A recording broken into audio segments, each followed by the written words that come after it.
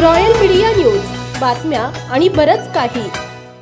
ठाणे महापालिका निवडणुकीनंतर चर्चेत आलेल्या MIMच्या नगरसेविका सहर शेख आणि त्यांचे वडील युनुस शेख आता गंभीर अडचणीत सापडले आहेत. कळवा मुंब्रा मतदारसंघाचे आमदार जितेंद्र आव्हाड यांच्या विरोधात निवडणुकीत आव्हान देत चर्चेत आलेल्या या कुटुंबावर आता बनावट जात प्रमाणपत्राचा आरोप झाला आहे. ठाण्याचे तहसीलदार उमेश पाटील यांनी सादर केलेल्या अहवालात सहर शेख यांचे जात प्रमाणपत्र अवैध असल्याचं नमूद करण्यात आले आहे.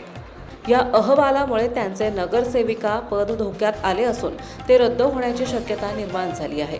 जावेद सिद्दीकी यांनी केलेल्या तक्रारीपासून या प्रकरणाची सुरुवात झाली. त्यांनी युनुस शेख यांच्या जात प्रमाणपत्रावर आक्षेप घेतला होता. या तक्रारीनंतर प्रशासनाने चौकशी सुरू केली आणि त्यात अनेक धक्कादायक बाब समोर आल्या. चौकशीत असे निष्पन्न झाले की युनुस शेख हे मूळचे उत्तर प्रदेशातील गाझियाबाद येथील रहिवासी आहेत. महाराष्ट्रात स्थलांतर केल्यानंतर त्यांनी नियमानुसार नमुना 10 वापराने अपेक्षित असताना कथितपणे नमुना 4चा वापर करून अधिकाऱ्यांची दिशाभूल केली.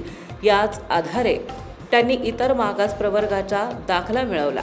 त्यानंतर सहर शेख यांनी याच दाखल्याच्या आधारे मुंबई शहर जिल्हाधिकारी कार्यालयातून जात प्रमाणपत्र मिळवून ठाणे महापालिका निवडणूक लढवली आणि विजय मिळवला. 18 मार्च रोजी झालेल्या पहिल्या सुनावणीला युनुस शेख यांनी आजारपणाचे कारण देत टाळाटाळ केली होती. मात्र 23 मार्च रोजी झालेल्या सुनावणीत सादर करण्यात आलेल्या कागदपत्रांमध्ये गंभीर त्रुटी आढळून आल्या. विशेष म्हणजे सहर शेख या ठाण्याच्या रहिवासी असताना त्यांनी जात प्रमाणपत्र मुंबई शहर जिल्हाधिकारी कार्यालयातून का घेतले यावर देखील प्रश्नचिन्ह उपस्थित झाले आहे. महाराष्ट्रातील ताज्या आणि महत्त्वपूर्ण बातम्या पाहण्यासाठी आजच आमच्या रॉयल मीडिया न्यूज चॅनलला सबस्क्राईब करा आणि बेल आयकॉन प्रेस करा.